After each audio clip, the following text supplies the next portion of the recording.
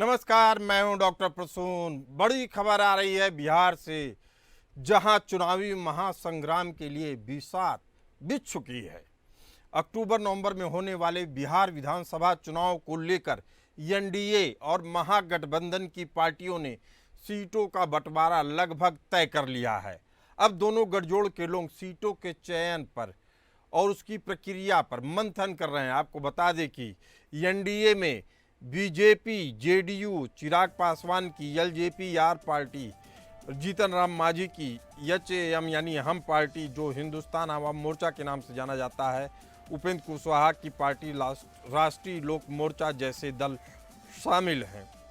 वहीं महागठबंधन की पार्टियों की बात करें तो इसमें RJD, Congress, CPI-ML, CPI, CPM और मुकेश सहनी की वीआईपी यानी विकासशील इंसान पार्टी मुख्य दल हैं।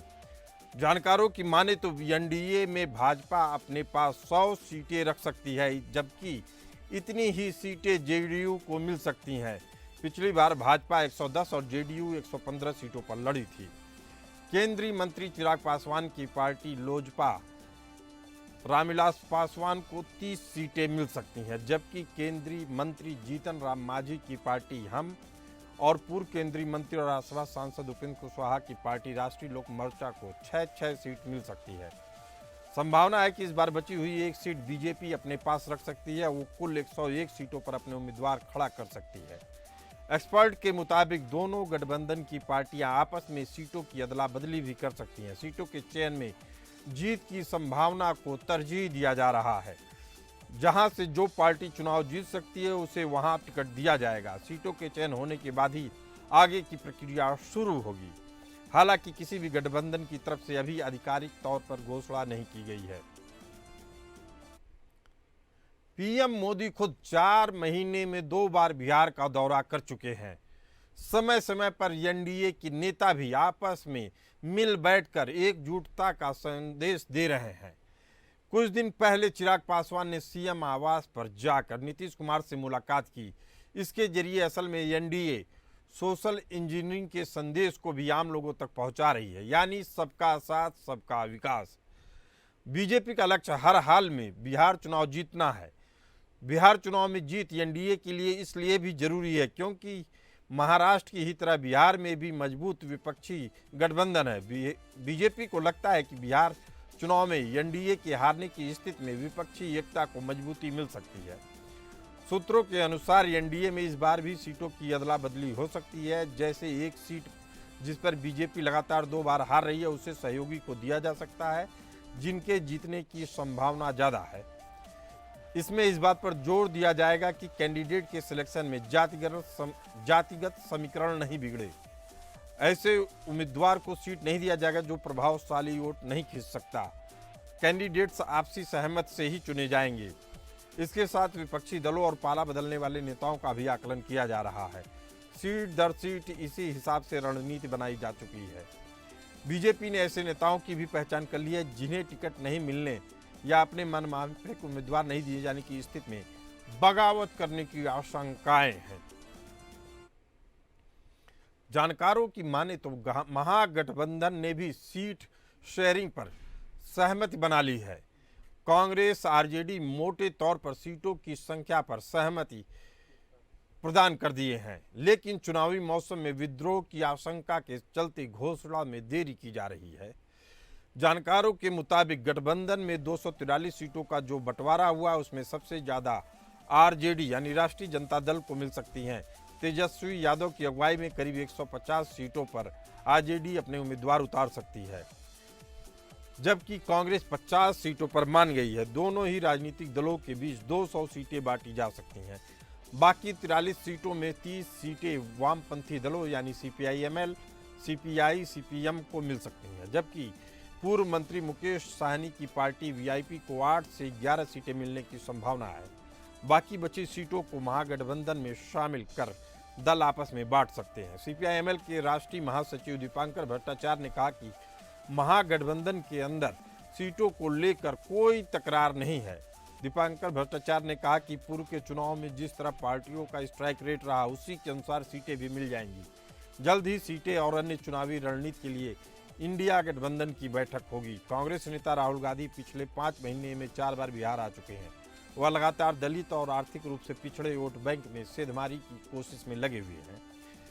बिहार के चुनावी संग्राम में कांग्रेस भी जीतने वाली सीटों को ही तरजीह देगी। वह उन सीटों पर लड़ने का प्रयास करेगी जहां वह खुद मजबूत हो। इसके लिए सीटों की अदला बदली भी हो सकती है। जानकारों की मांने तो कांग्रेस के इंटरनल सर्वे में बिहार की 5 सीटों पर मजबूत स्थिति बनती दिख रही है। उन सीटों पर पार्टी अपना कैंडिडेट उतारने का प्रयास करेगी।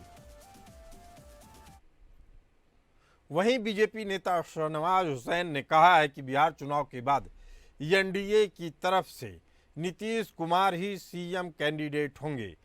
हुसैन ने आगे कहा कि जातिगत जनगणना इस चुनाव में पीएम मोदी का मास्टर स्ट्रोक साबित होने जा रहा है, लेकिन मौजूदा विधानसभा का गणित साफ करता है कि कभी भी कुछ भी हो सकता है।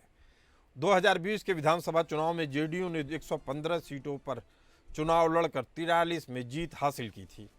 बीजेपी 110 में से 71 सीटें जीती, जबकि हमने 7 में से 4 सीटें जीती। वीआईपी यानी विकासशील इंसान पार्टी ने 11 में से 4 सीटें जीती, जिससे एनडीए 125 तक पहुंचा था। यह बहुमत से सिर्फ 3 सीट अधिक था। इस बार मुकेश सहनी यानी वीआईपी अब एनडीए से बाहर है। वहीं चिराग पासवान की एलजेपी और उपेंद्र कुशवाहा का राष्ट्रीय लोक मोर्चा एनडीए का हिस्सा है, जबकि पिछली बार दोनों एनडीए से अलग थे। वहीं महागठबंधन में शामिल आरजेडी 144, कांग्रेस 70 और लेफ्ट को 29 सीटों पर लड़ी थी। हालांकि सीट शेयरिंग पर दोनों दलों के गठबंधन के प्रदेश नेताओं को कोई भनक नहीं है। आरजेडी प्रदेश प्रवक्ता मृत्युंजय तिवारी ने कहा कि सीटों का बंटवारा सौहार्दपूर्ण तरीके से हो जाएगा। 243 सीटों पर हमारी गठबंधन चुनाव लड़ेगी। बंटवारा होने पर आधिकारिक ऐलान कर दिया जाएगा। कांग्रेस के प्रवक्ता ज्ञान रंजन ने कहा कि गठबंधन के अंदर बातचीत चल रही है। हम उन सीटों पर हमारी मांग मजबूती से है जहां हमारे उम्मीदवार जीत सकते हैं। कांग्रेस पार्टी ने 70 से अधिक सीटों की डिमांड की है। इसी मुद्दे पर चर्चा करने के लिए हमारे साथ मौजूद हैं पीयूष पंत, सीनियर जर्नलिस्ट, और रवि अरोड़ा जी, पॉलिटिकल एक्सपर्ट। आप दोनों मेहमानों का बहुत बहुत स्वागत है। पीयूष पंत जी, नीतीश मजबूरी है, बिहार के लिए जरूरी है। कारण बताया जा रहा है कि नीतीश कुमार के साथ 15 से 17% वोट बैंक जुड़ा हुआ है। इसमें बड़ी संख्या में महिलाएं, ओबीसी, आर्थिक रूप से पिछड़ा वर्ग और वंचित तबके के मतदाता भी शामिल हैं। क्या ये वोट बैंक अभी भी इंटैक्ट है नीतीश कुमार के साथ, जिसके कारण बिहार के लिए मजबूरी बने हुए हैं नीतीश कुमार?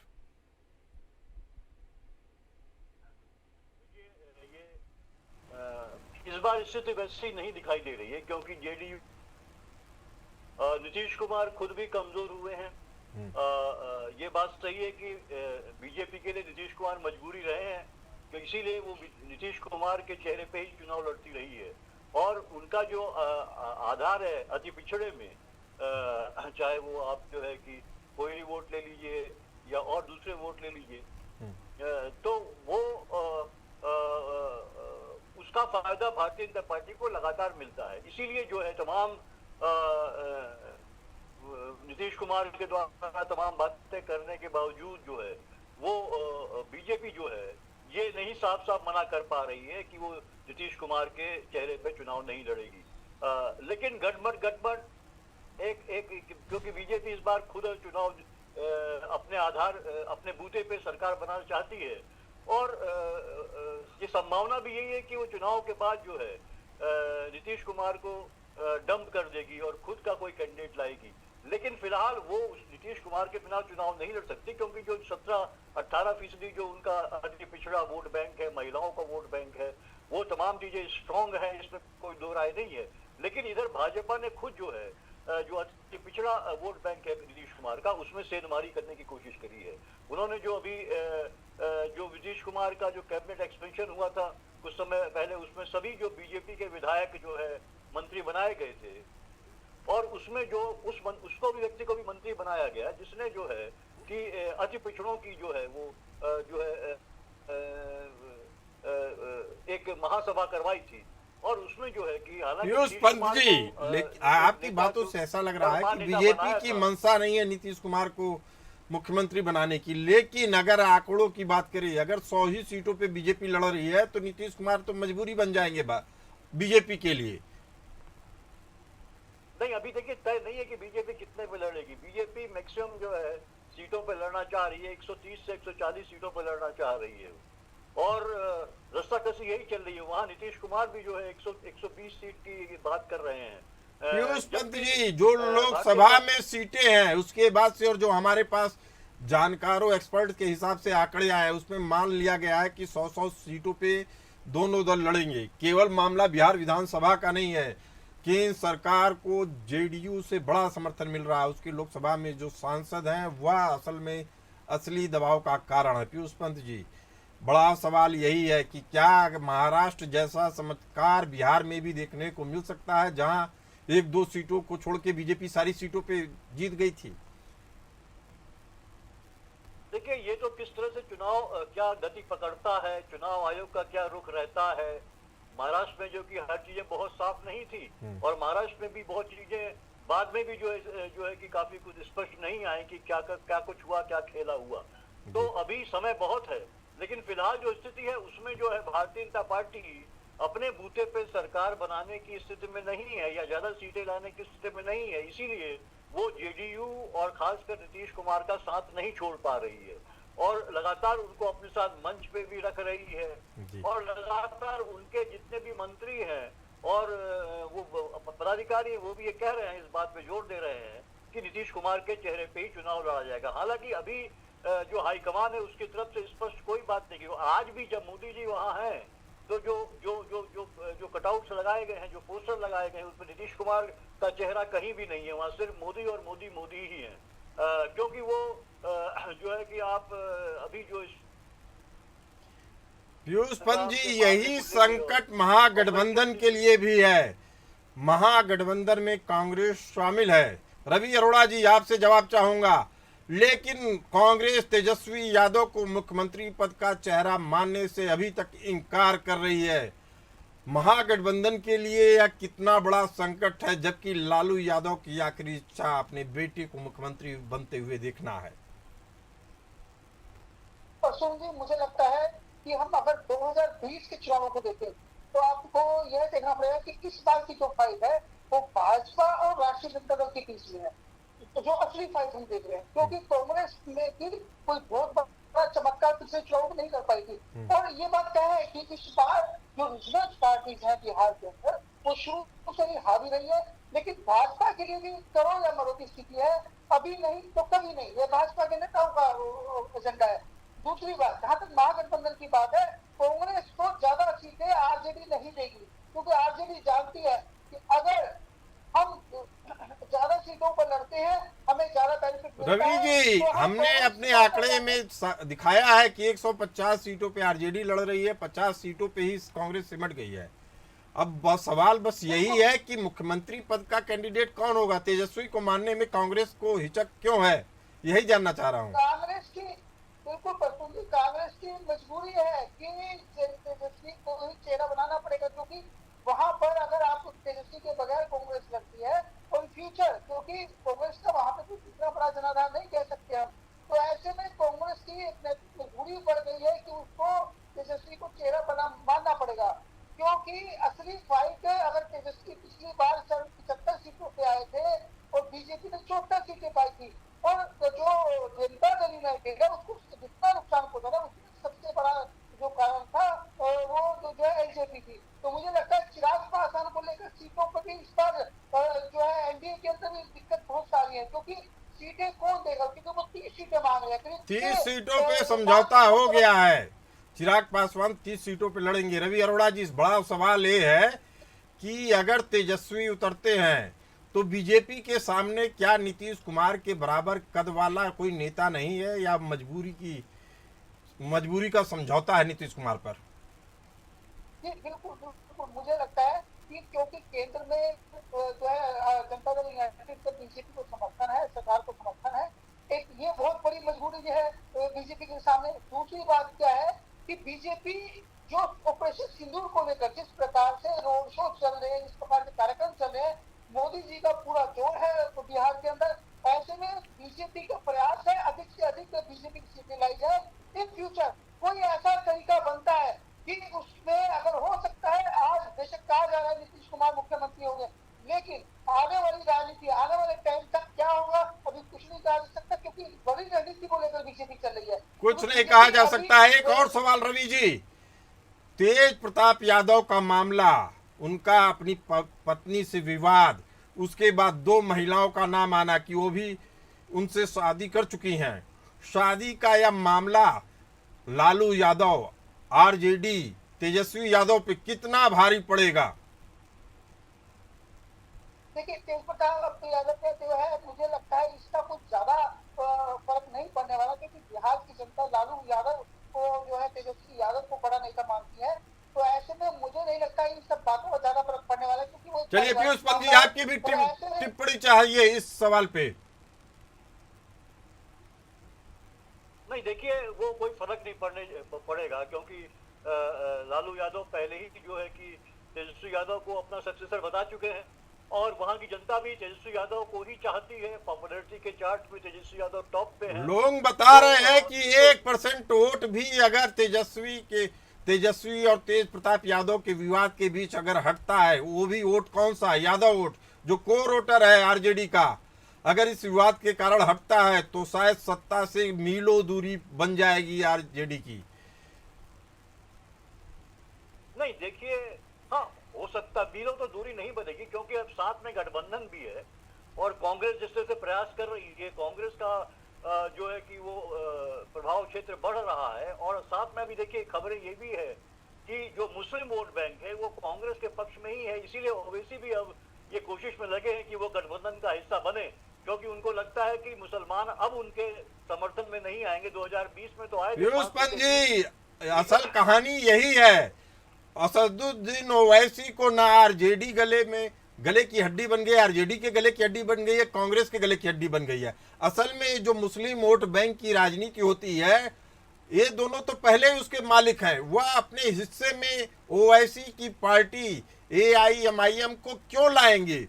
वह भी तब जब उनका पूरी तरीके से एकाधिकार है। आपको बता दें कि ओवैसी की पार्टी AIMIM भी मुस्लिम वोटों पर नजर गड़ाए हुए है। AIMIM पिछले विधानसभा चुनाव में सीमावर्ती इलाकों जैसे किशनगंज, कटिहार में 5 सीटें जीतकर अच्छी शुरुआत की थी। भले ही उसके 4 विधायक आरजेडी में शामिल हो गए, लेकिन इस बार AIMIM फिर मैदान में है और उसके जो 4 विधायक गए थे उसके लिए वह गुनाहगार केवल आरजेडी को मानती है।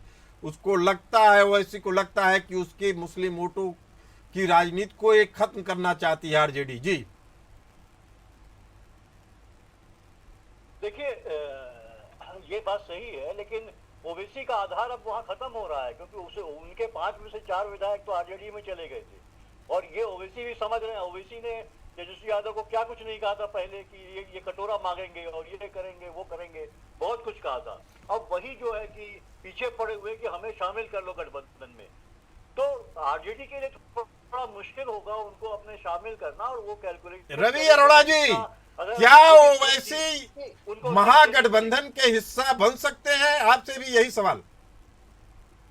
नहीं, मुझे नहीं लगता प्रसून जी की ओवैसी को जो है महागठबंधन में शामिल किया जा सकता है, क्योंकि ओवैसी खुद कहीं ना कहीं कांग्रेस को लगता है ये बीजेपी की भी टीम है, और ऐसे में खास कर क्योंकि मुस्लिम वोट बैंक पर उत्तर प्रदेश की बात करें, बिहार की बात करें, बंगाल की बात करें, ज्यादा से ज्यादा नुकसान ओवैसी जो है विपक्षी पार्टियों को पहुंचा रहे, सबसे ज्यादा नुकसान पहुंचा रहा है।